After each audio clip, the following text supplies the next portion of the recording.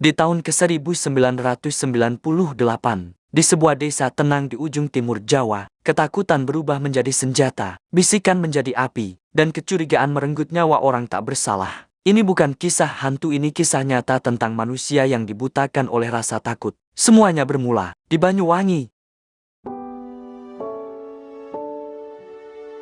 Hujan turun perlahan di atas atap rumah-rumah kayu di ujung timur Pulau Jawa. Suara air yang menetes di selai genting tua terdengar seperti bisikan.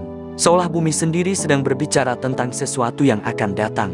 Desa Rawasari, di kaki perbukitan Ijen, tampak tenang malam itu. Namun di balik ketenangan itu, ada sesuatu yang bergejolak, sesuatu yang tak terlihat namun bisa dirasakan oleh siapapun yang cukup peka terhadap perubahan suasana. Di warung kopi dekat jalan utama, beberapa lelaki desa duduk berkeliling menatap api unggun kecil. Kopi hitam mengepul di tangan mereka, sementara bisik-bisik tentang hal-hal gaib mulai mencuri perhatian. "Kau dengar kabar dari kampung sebelah?" tanya seorang lelaki berkaus lusuh. Suaranya serak karena tembakau. Katanya ada anak yang tiba-tiba kerasukan, menyebut nama-nama orang yang katanya dukun santet. Semua terdiam, tak ada yang menanggapi, tapi dari wajah mereka, ketegangan itu nyata. Salah satu di antara mereka, Pak Raffi, adalah guru SD yang dikenal paling tenang di desa itu. Ia mencoba tertawa, berusaha memecah suasana. "Ah, mungkin cuma kebetulan. Anak itu sakit," lalu orang mengaitkannya dengan santet. Di kampung seperti kita, apa-apa dikaitkan dengan hal mistis. Tapi tak ada yang menanggapi. Semua tahu, sejak bulan lalu, sudah ada 3 orang tua yang diserang malam-malam oleh warga karena dianggap berilmu hitam. Sementara itu, di rumah kecil di ujung desa, tinggal seorang perempuan tua bernama Bu Karsih. Usianya mungkin sudah lebih dari 60, dan hidupnya diisi dengan menanam jamu dan menolong orang yang sakit ringan. Ia dikenal halus bicaranya, dan anak-anak sering datang meminta daun obat. Namun malam itu, ia terbangun karena suara langkah di luar rumah. Di antara rintik hujan, terdengar seseorang memanggil namanya pelan. "Bu Karsih." Ia menatap keluar lewat celah jendela, tapi tak melihat siapapun. Hanya kabut dan bayangan pepohonan yang bergerak ditiup angin. Hatinya berdebar. Ia tahu, di masa-masa seperti ini, dipanggil malam-malam bisa berarti 2 hal: orang meminta tolong, atau sesuatu yang lebih buruk. Paginya, desas-desus mulai menyebar. Di pasar, seorang pedagang berbisik pada lainnya bahwa ada nama baru yang disebut oleh seorang pemuda kerasukan di kampung sebelah. Dan nama itu, katanya, adalah Bu Karsih dari Rawasari. Orang-orang yang mendengar terdiam sesaat, lalu mulai saling pandang. Dari mata mereka, muncul campuran rasa takut dan keyakinan yang salah arah. Bu Karsih tidak tahu apa yang sedang menimpa namanya. Ia hanya pergi ke kebun belakang, memetik daun sambil bersenandung pelan lagu-lagu masa mudanya. Namun di kejauhan, sekelompok pemuda desa sudah mulai berbicara dengan nada serius. "Kalau benar dia yang mengirim santet ke anak Pak Darmo, kita tidak bisa diam," ujar salah satu dari mereka. Di sore hari, angin dari timur bertiup lebih kencang. Langit menjadi merah kejinggaan, seolah menandakan sesuatu yang akan datang. Burung-burung beterbangan rendah, dan udara terasa berat. Ibu-ibu menutup pintu lebih awal, anak-anak dipanggil pulang. Semua merasa was-was tanpa tahu kenapa. Malam pun datang lagi. Di rumahnya yang sederhana, Bu Karsih menyalakan lampu minyak dan duduk di depan meja kayu. Ia menulis sesuatu di selembar kertas doa, atau mungkin catatan kecil untuk dirinya sendiri. "Semoga Tuhan melindungi mereka dari kebodohan," tulisnya dengan tangan gemetar. Ia tahu, badai sedang mendekat, bukan dari langit, tapi dari hati manusia yang mulai dikuasai oleh ketakutan. Dan tepat saat lilin terakhir di rumahnya bergetar karena angin malam, di luar sana, sekelompok orang berjalan membawa obor.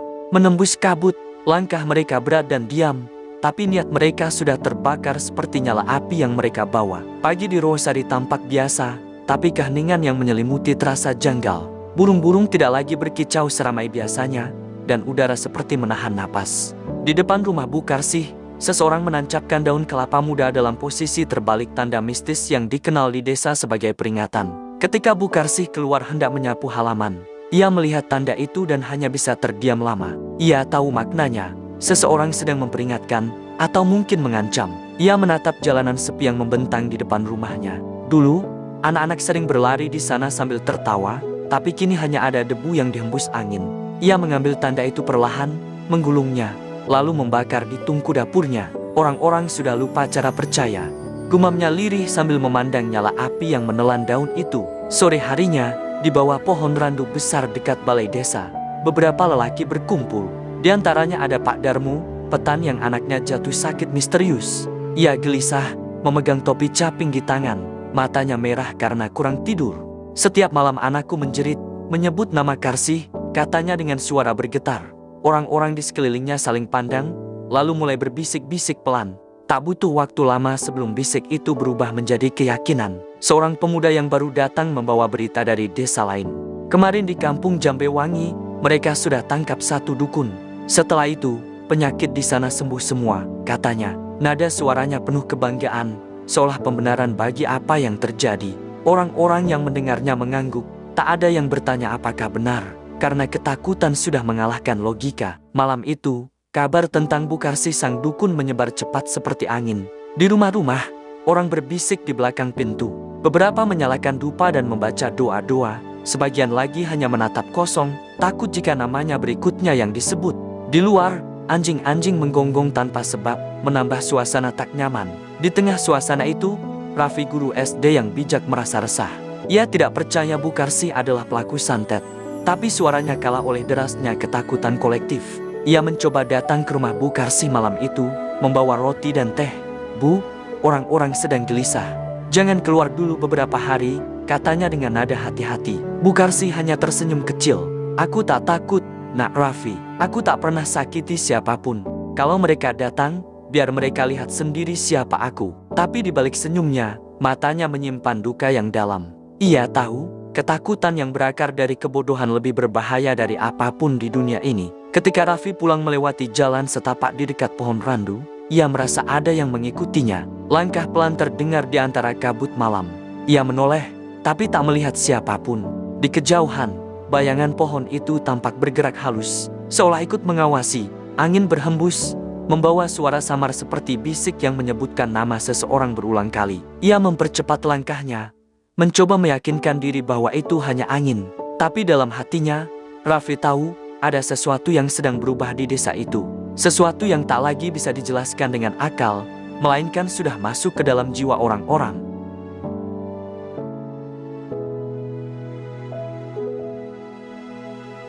Hari ketiga setelah kabar itu menyebar, suasana di Rawasari berubah drastis. Orang-orang mulai menutup jendela lebih cepat, dan suara azan maghrib terasa lebih menggema dari biasanya. Dari kejauhan, terdengar bunyi kentongan bertalu-talu, pertanda warga berkumpul. Di balai desa, puluhan orang berdiri dalam cahaya obor. Mereka berbicara dengan nada tinggi, wajah-wajah mereka tegang. Pak Darmo berdiri di depan, tangannya mengepal. Kita tidak bisa terus diam. Kalau benar santet itu datang dari sini, kita harus menghentikannya sebelum makin banyak korban. Serunya, suaranya menggema di antara pohon-pohon bambu. Tak ada yang berani menentang.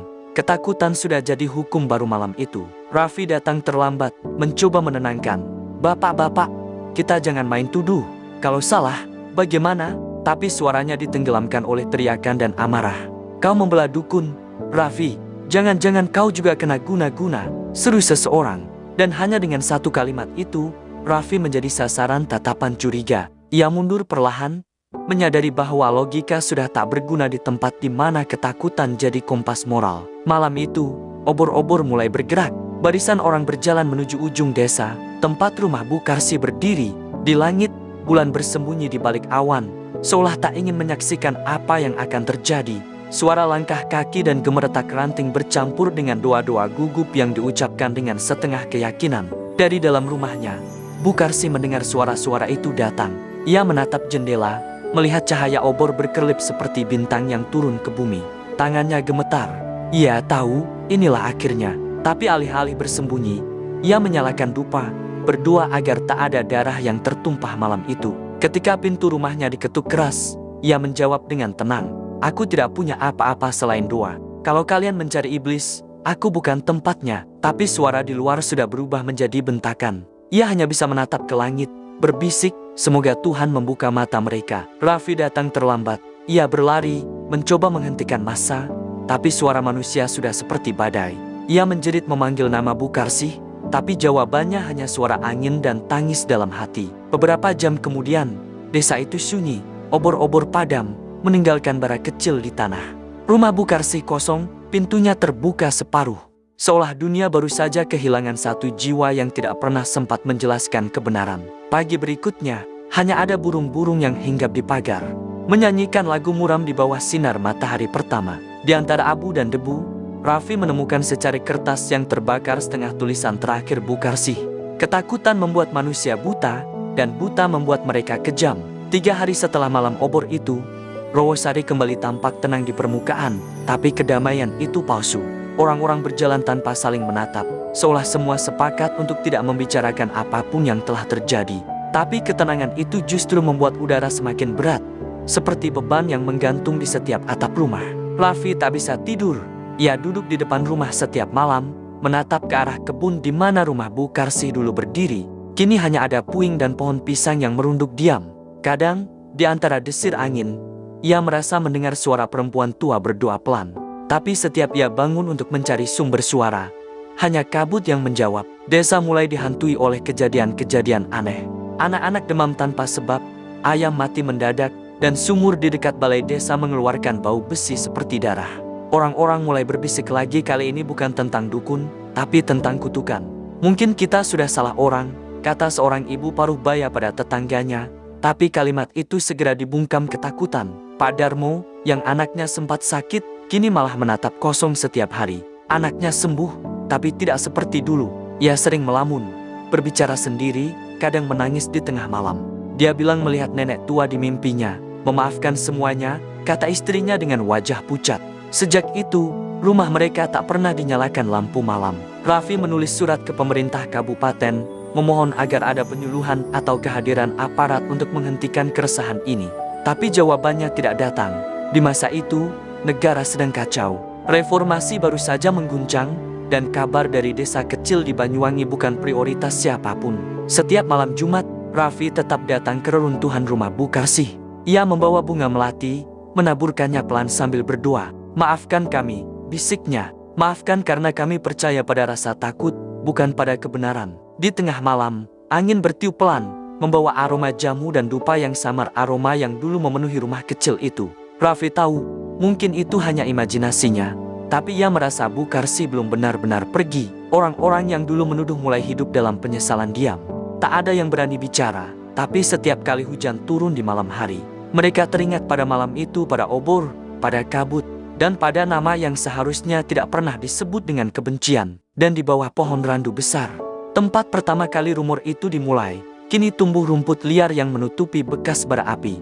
Hanya Raffi yang tahu bahwa di sanalah ketakutan pertama kali berubah menjadi bencana. Ia berjanji dalam hati, jika dunia lupa, ia akan menulis kisah ini. Bukan untuk menakuti, tapi untuk mengingatkan bahwa kejahatan paling besar tidak selalu datang dari iblis, melainkan dari manusia yang kehilangan rasa percaya pada kebaikan. Waktu berjalan dan musim berganti, tapi di Rawasari, kenangan tentang malam obor itu tak pernah benar-benar hilang. Setiap kali kabut turun dari arah gunung, orang-orang menutup pintu lebih cepat, seolah takut kabut membawa kembali suara-suara dari masa lalu. Di tengah suasana itu, Raffi tetap menjalani hari-harinya mengajar, tapi semangatnya tak sama lagi. Ia sering melamun di kelas, memandangi papan tulis kosong, membiarkan kapur jatuh tanpa sadar. Anak-anak yang dulu riang kini lebih pendiam. Mereka belajar, tapi mata mereka sering menatap keluar jendela, ke arah tempat rumah Bukarsih dulu berdiri. Beberapa anak bahkan bertanya, "Pak, kenapa orang baik bisa disalahkan?" Pertanyaan itu menusuk Raffi lebih dalam dari apapun. Ia ingin menjawab, tapi lidahnya keluh.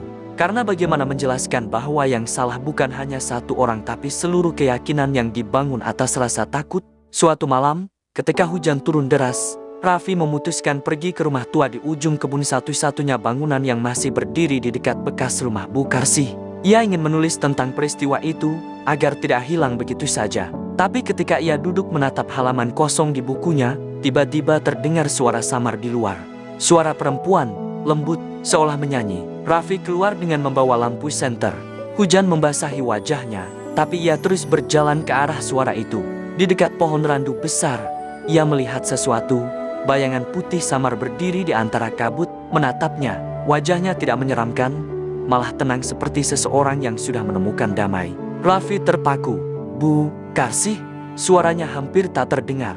Bayangan itu tidak menjawab, hanya menatapnya, lalu berbalik perlahan dan menghilang ke arah kebun pisang. Di tanah tempat ia berdiri, Raffi menemukan sesuatu, seikat bunga melati yang masih segar.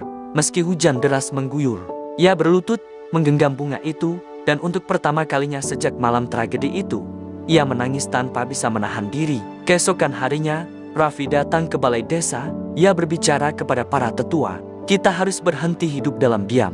Kita harus minta maaf bukan hanya pada arwah Bu Karsih, tapi pada diri kita sendiri." Tapi ucapan itu hanya disambut pandangan kosong. Orang-orang masih takut membuka luka lama. Mereka takut mengakui bahwa kebenaran yang mereka belah dulu mungkin adalah kesalahan besar. Namun, beberapa anak muda mulai mendengarkan. Mereka yang tumbuh setelah tragedi itu tak ingin mewarisi ketakutan yang sama. "Kami ingin tahu kisah aslinya, Pak Raffi," kata salah satu dari mereka. Raffi mengangguk. Ia tahu, benih perubahan itu kecil, tapi sudah cukup untuk menyalakan harapan di tengah tanah yang pernah dilanda api kebencian. Malamnya, ia menulis satu kalimat di bukunya. Kebenaran tidak selalu diteriakan, kadang ia berbisik pelan di antara kabut dan penyesalan.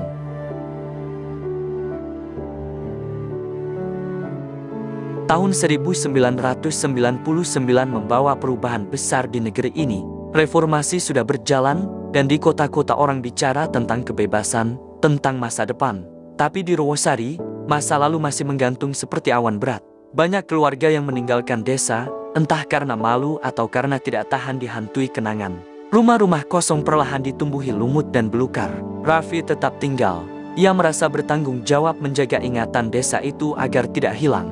Ia mulai menulis naskah tebal berjudul Malam Ketika Obor Menyala, bukan untuk diterbitkan, tapi untuk disimpan di perpustakaan sekolah.